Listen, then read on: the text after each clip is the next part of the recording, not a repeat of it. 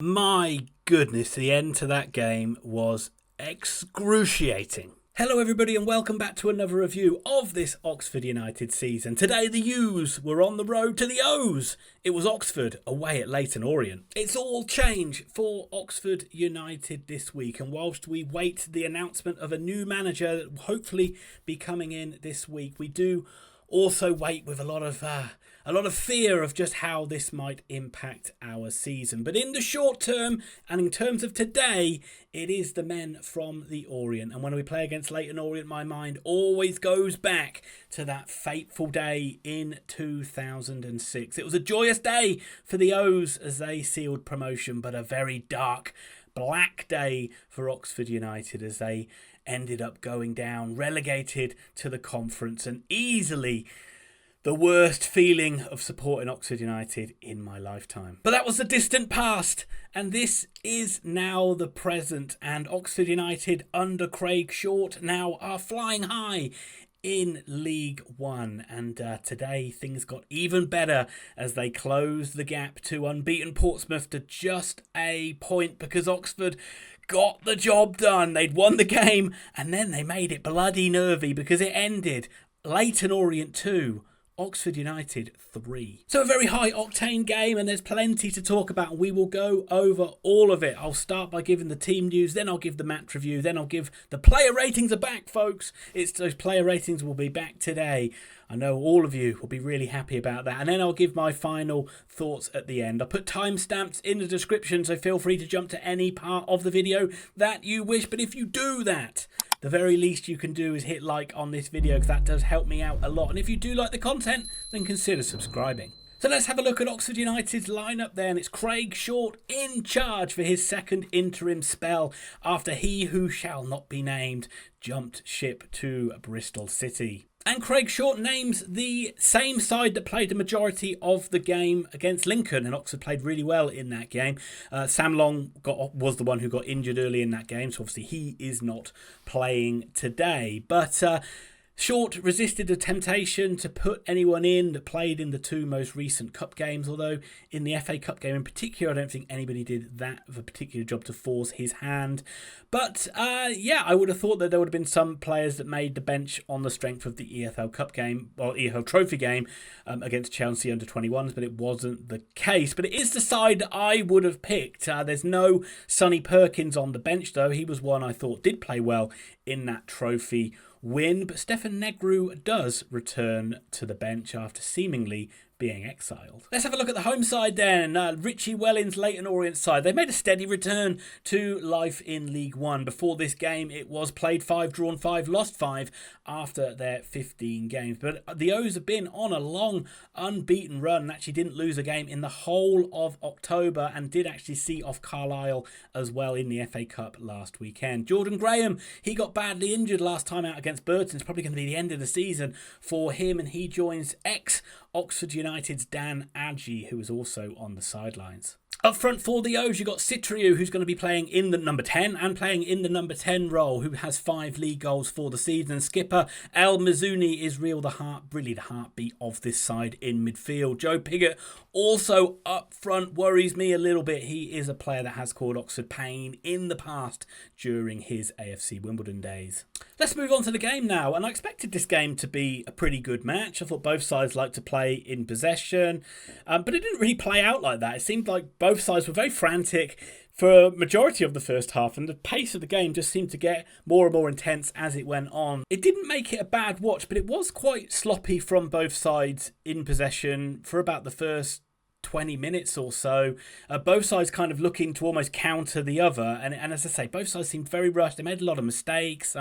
There were times where Oxford were going really direct in this game, much more than what I've seen recently, just trying to hit long raking balls. Worked a couple of times when Mills got in behind and Harris was doing a decent enough job of holding the ball up, but then there were times where Oxford were sloppy and nearly opened the back door for Leyton Orient to have a chance of their own. But no real chances at goal. On 22 minutes, a horrible moment for James Beadle. A long ball over the top, and it looked like it was just going to run through to him, but then it just seemed to hold up, and Drinan got there first and actually nutmegged Beadle, and the ball ran to the byline, but luckily Oxford got enough players back. Elliot Moore read the situation really well. He just didn't give up on it, and we were able to sort of crowd Leyton Orient out before they could have a clear shot on goal. And that sort of seemed to spark the O's into life a little bit. They got up ahead of steam and they started to get the ball deep into Oxford territory, winning lots of corners and getting lots of opportunities to get the ball in from throw-ins.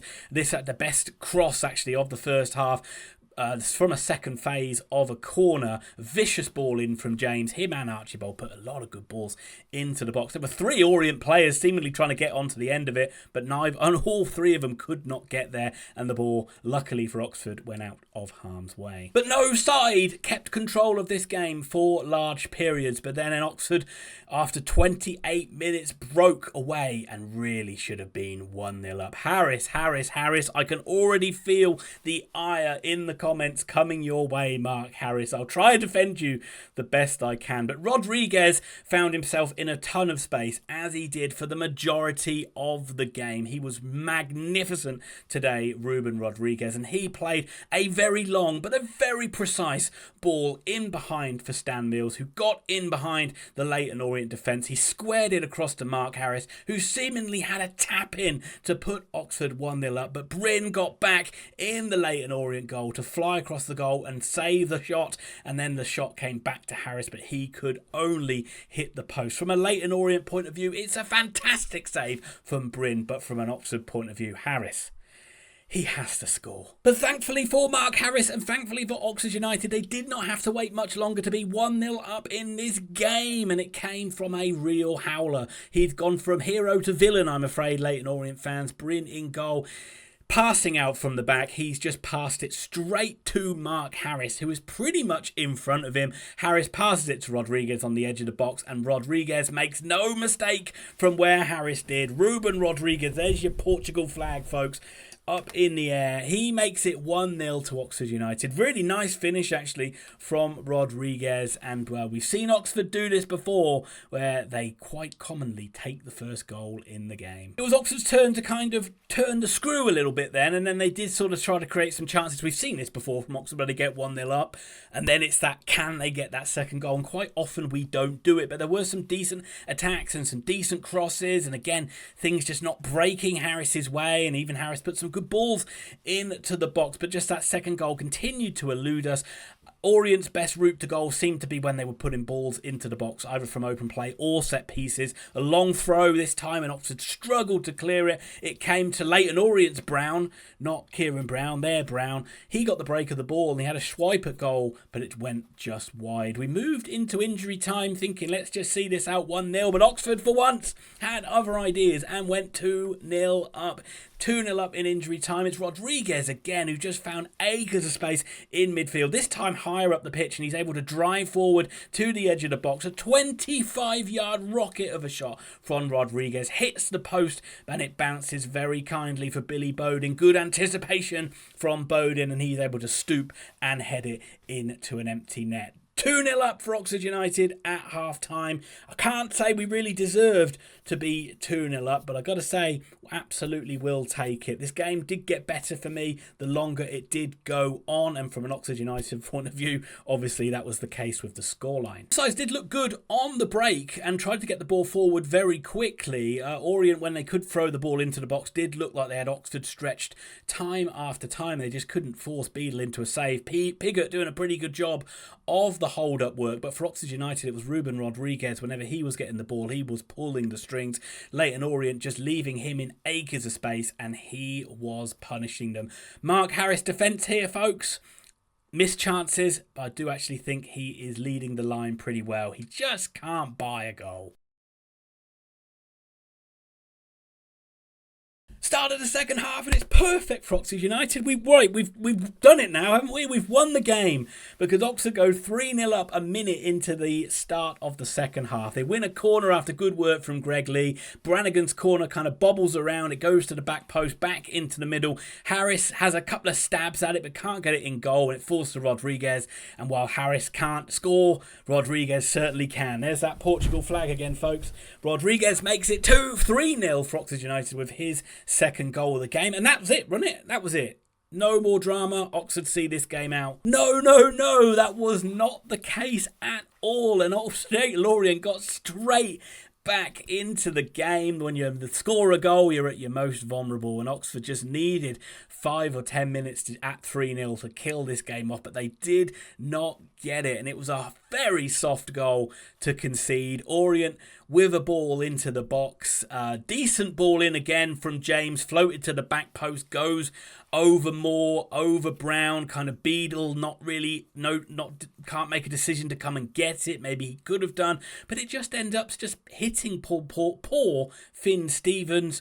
And just rolls into the back of the net. As soft a goal as you could want to concede. I guess if any time you're going to concede it, being 3-0 up's probably the best time. But Orient certainly back in it. What made matters worse is Oxford really didn't create many chances in the second half. The best chance came literally 2 minutes after Orient got back into the game, and it was Mark Harris, and Ruben Rodrigues freed Mark Harris in behind. Good turn of pace by Harris. He was there. Bryn came out. Harris lobbed it over him. It seemed like it was just going to nestle into the back of the net, but Harris just cannot buy a goal. I'm going to say he's done everything right there, but the ball hits the crossbar and goes over. For the next 10 minutes or so, the game did go very scrappy indeed. There was just a free kick from Pigott which went miles over the bar, and you're just thinking, all right, this is calm now. We've kind of ridden the storm a little bit. We're still 2 goals up, no problems. But no. 3 minutes later, 63 minutes on the clock, and Oxford concede again. And again, it's from a long raking ball into the box. Terrible goal to concede, but Archibald did fantastically well to win it in the air. It was just a long pump forward from Bryn, and Archibald's got the march on Stevens, I think, and won the ball in the air. It bypasses all the Oxford defence. It rolls to Sotiriou, who is able to get a bit of space in the box on the half volley. Sits up nicely for him, but his finish is superb past James Beadle. Leyton Orient on the charge, folks. Oxford are in danger of blowing this.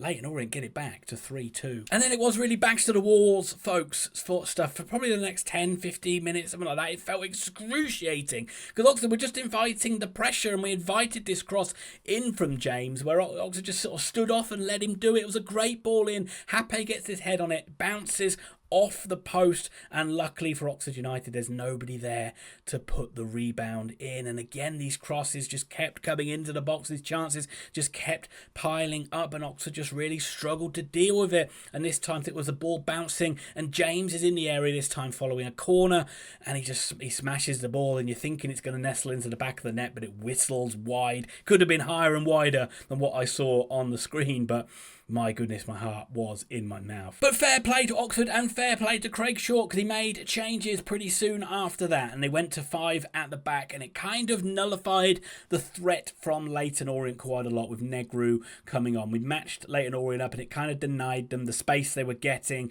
and Oxford were a lot more comfortable, even with only the 1 goal lead going into that final 15-20 minutes with the injury time added on. There was another half chance for Harris where he just couldn't get the ball out of his feet, but there were no real moments of concern other than that for Oxford United. Just pressure to deal with, and I have to say from that point on, once they did make the change, they dealt with it rather well, and we come away from Brisbane Road after seemingly done the job, won the game easily. We let Leyton Orient back into it, but we still managed to escape with all 3 points. My goodness, it was nervy at the end, but Oxford win it. Felt like a big game, especially what has happened in the week, but Oxford win it 3-2. Let's start with those player ratings then. Some of these player ratings, you might think Oxford United didn't win the game, but I just really wasn't that impressed with some of the defensive work overall from Oxford. I don't think it was a particularly composed performance either. Starting with James Beadle in goal, he gets a 6. Don't think he was a very commanding presence in goal today. His passing out the back was okay, but didn't really have too many shots to make, to save, but I just don't think he was particularly great today. Finn Stevens scored an own goal, unlucky for that, but I think he struggled all afternoon at right back. They seemed to be getting spaced down either one of the flanks, and I just don't think it was a good day, a solid day defensively for Oxford United. And this goes for all the back four. I thought Kieran Brown struggled with the pace and movement of the front three of Leyton Orient, and yes, they stuck to their task and they threw the bodies on the line like you would expect, but I think it was a tough afternoon, and he gets a 6. And the same for Elliot Moore. I think he struggled particularly with Piggott. They just really couldn't get the beating of him today, and he was able to win a lot of flick-ons and win a lot in the air. And also, I don't think Greg Lee had a particularly good game today. He seemed kind of a bit isolated, a bit overloaded. I don't think Bodin gave him much help down that side, and Leyton Orient did get joy from the flanks. So only a 6 out of 10 for Greg Lee. This does not mean those players were bad. I just don't think they were particularly great. And I don't think Marcus McGuane was that great in midfield as well. Some sloppy passing from him today. He just didn't seem quite on it. And I don't think that he was able to, many times, to get his foot on the ball. Still worked hard, but I just don't think it was a great game. And I don't think it was a great game for Cameron Brannigan. Quite quiet in the first half. Quite frantic towards the end of the game as well. Some very rushed clearances. He did some good defensive tracking back like you'd always expect, but just didn't have a huge impact on the game today. Maybe being a bit harsh on Brannigan, because I thought his set piece delivery was pretty good. But a better grade for Stan Mills. I thought he was very threatening when he went forward down that right hand side. His pace caused Leyton Orient's problems almost from minute 1, and obviously he was instrumental in that chance that Harris put begging early in the game. But I thought Mills was very impressive, and he gets a 7 out of 10. Billy Bodin gets a 7 as well, and mainly for the goal. I don't think he did a huge amount of stuff other than the goal today, but it was important anticipation to get that one right at the end of the game. I just don't think it wasn't a great game for Oxford getting their forward players into the game today. It was quite often balls were hit long for Bodin, where he's not really going to chase it behind. He's not really going to win stuff in the air. So a lot of the frustration from Bodin might just come from Oxford didn't really play to his strengths. But one guy who was magnificent was Ruben Rodrigues. He gets a 9 out of 10 from me. Why am I not giving him 10? I don't know. I'm fucking picky, aren't I? But Ruben Rodrigues gets a 9. An amazing performance from him today. He's the difference between Oxford winning this game and getting absolutely zilch from Brisbane Road today. He was able to pick up pockets of space, but his distribution was amazing. The way he was holding onto the ball was amazing. He was even getting back and doing the donkey work like he always does. But he was just a constant threat today. Scored 2 goals. His shot that's rocketed back off the post for Bodin, so you can almost say 2 goals and assist. Wonderful, wonderful game for the ever-improving Ruben Rodrigues. He gets a 9 out of 10. Mark Harris, I don't know what to give you. I'm going to be kind and give you a 7. I do think that he's working hard, and I do think that he adds a lot leading the line to this Oxford United side. I've seen people saying he's the worst striker I've ever seen. You're an idiot if you think that. A real idiot. And that is not the case at all. He just can't buy a goal. He's getting into good areas. He really should have scored in the first half. The one in the second half where he hit the bar was a little unlucky. I think he's done everything right there. But he's getting into good areas. And he did get an assist for the first goal as well. But I know I'm going to receive a lot of bad comments about Mark Harris. Doesn't score again, but gets a 7 from me. Tyler Goodrum gets a 6. I thought he worked hard when he came on. A bit of a thankless task for him coming on, but pressed well, put pressure on, won a lot of throw-ins up high. Didn't really do anything too exciting, so he gets a 6. But Stefan Negri gets a 7. I thought him coming on made a big difference because it really nullified Leyton Orient's threat. Certainly the balls that came into the box were a lot more easy to deal with when Oxford had man-for-man coverage, and he was able to deal with the physicality of Piggott better than Elliot Moore could. What a beast of a defender he he is for the young man, and he gets a 7 out of 10. Gatlin came on late, didn't really have much to do, didn't really impact the game too much. Actually, I don't think the referee liked Gatlin O'Donkor very much. He seemed to penalise him for absolutely everything, but he doesn't get a grade. But then we move on to Liam Manning. Sorry, my mistake. I know I'm not allowed to mention his name. We move on to Craig Short. And what am I going to give Shorty? Shorty, you get a 10. Fantastic. You've stepped into a difficult situation this week and you've handled yourself with dignity, and you've got yourself 2 wins now as Oxford United interim boss. I think you picked the right team today. Oxford winning 3-0 should have seen the game out nice and comfortably, but then you did make a good change to make it more sturdy and steady when we did get pegged back to 3-2. And just of all else, a tough week for you to have to deal with the stuff. Everybody jumping ship, you being the last man standing. So Craig Short, you bloody legend, gets a 10. That brings me on to my final thoughts, and that starts with the home side, Leyton Orient. Look, I would say a weird old afternoon for you. I would say a lot of huff and puff in the first half, of certainly getting into dangerous areas, certainly testing this Oxford United backline, but a lack of cutting edge. And I understand that has been a bit of a theme for Leyton Orient all season, with just 16 goals now, but 14 goals before the start of the game. Because I do think you've got a lot of good players and you've got into some very difficult situations, and you really put a lot of pressure on our back line, a lot more than a lot of other sides I have seen. I thought the likes of Archibald and James were fantastic at their delivery in the box, and I do think that Piggott was a handful up top, and I do think Sotiriou was very good as well. I would like to have seen I think you could have got El Mazouni into the game a little bit more, but the one thing you were poor at was the space that you allowed to Oxford United on the break in behind you. But the fighting effort to come back from 3-0 down to get it back to 3-2, and probably should have ended up getting a point, really. But Oxford United get the job done. So good luck, Leyton Orient fans. Leyton Orient fans, if you're watching this video, thank you very much. And let me know your comments and your thoughts on this game and what you think for the season. And that leads me to Oxford United. And yeah, this felt like a big game today. It felt like a very important game to win. Not least because of what's happened with the old manager leaving, and the fact that you just didn't want to lose any ground in this promotion push, and especially having an international break next weekend. You just wanted some momentum to carry on. Thankfully, we've done that now. Hopefully the board can bring in a new manager by the time that we play Cheltenham a week after next, and it'll be interesting to see what that new manager brings. But that's a video for another time. On the pitch today,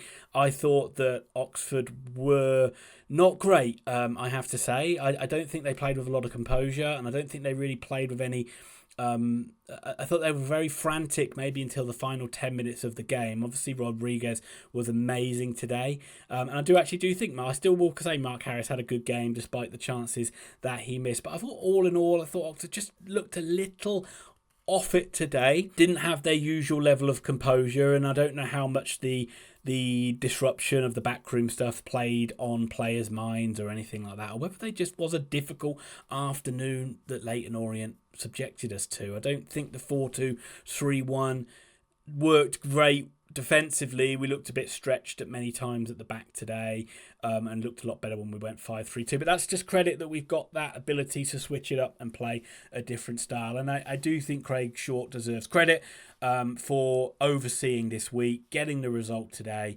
And all we can do now is just hope that a new manager's in place for the next game against Cheltenham. Obviously, when that announcement is made, I will do a video on it. But yes, Oxford closed the gap on Portsmouth to just a point. Us and the Trotters closing that gap on unbeaten Portsmouth, but there still is a heck of a long way to go in this League One season. Enjoy the victory, Oxford fans. We'll have a lot of news, and let me know your thoughts on who you want the new managers to be, and your thoughts obviously on today's performance. And if you want to give Mark Harris a pass, yeah, I think we can all do that today. That will work out nicely. But yeah, leave your comments down below. Oxford fans, Leyton Orient fans, hit the like button, hit the subscribe button. Thanks very much for watching. I'll be back to do obviously a video about the new manager coming in, but next, other than that, it will be a review for the Cheltenham Town game. Thanks a lot. I'll see you soon.